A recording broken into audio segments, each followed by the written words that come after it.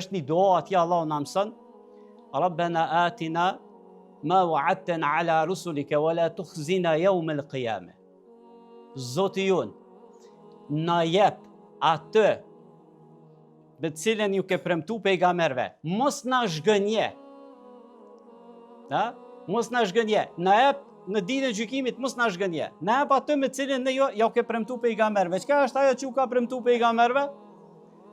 Një vend tjetër Allah po përgjigjet sepse Kurani më së miri e komenton Kuranin. Yawma la yukhzillahu alladhina yawma la yukhzillahu an-nabiyya walladhina amanu ma'ah nuruhum yas'a.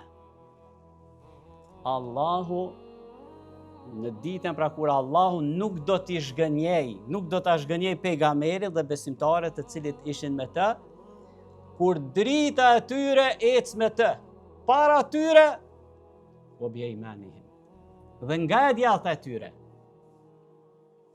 A peshini?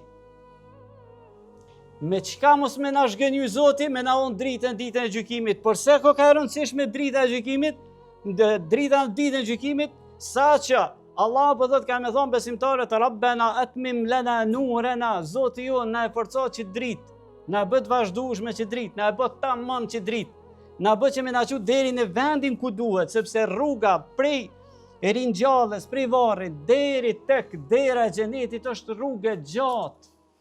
Vyn shumë e udhtu, vyn shumë e ecë. Ibn Abbasi ka thonë se ki që kënë gjori qëtu është e ura si